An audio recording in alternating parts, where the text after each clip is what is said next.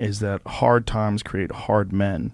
Hard men create soft times. Soft times create soft men. Soft men create hard times. We are now around soft men and hard times. Yeah. We're in the time of toxic masculinity, right? Where you could be toxically male. Yeah.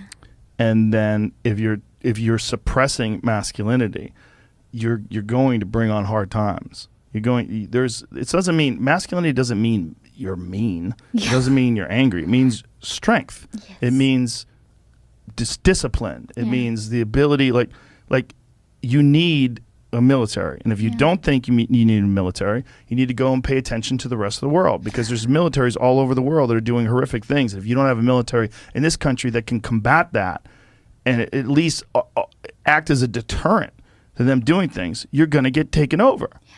That's what's happened.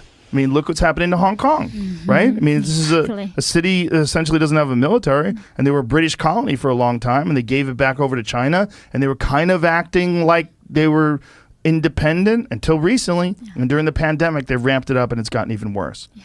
It's exactly what we talked about. You can't be weak. Yeah. And in this country, being weak is thought of as a virtue. Yeah. Jordan Peterson has a really interesting way of looking at this, and he said it to me once, and it made a lot of sense.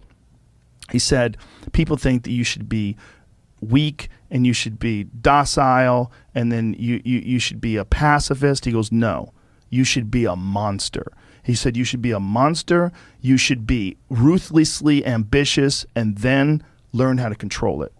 And it's that old expression, it's better to be a warrior in a garden than a gardener in a war. Wow. It's an old expression, but it makes sense, because it doesn't mean that you can't be kind if you're strong, but it does mean you can't be strong if you're weak. Yeah. If you're weak, you're fucked.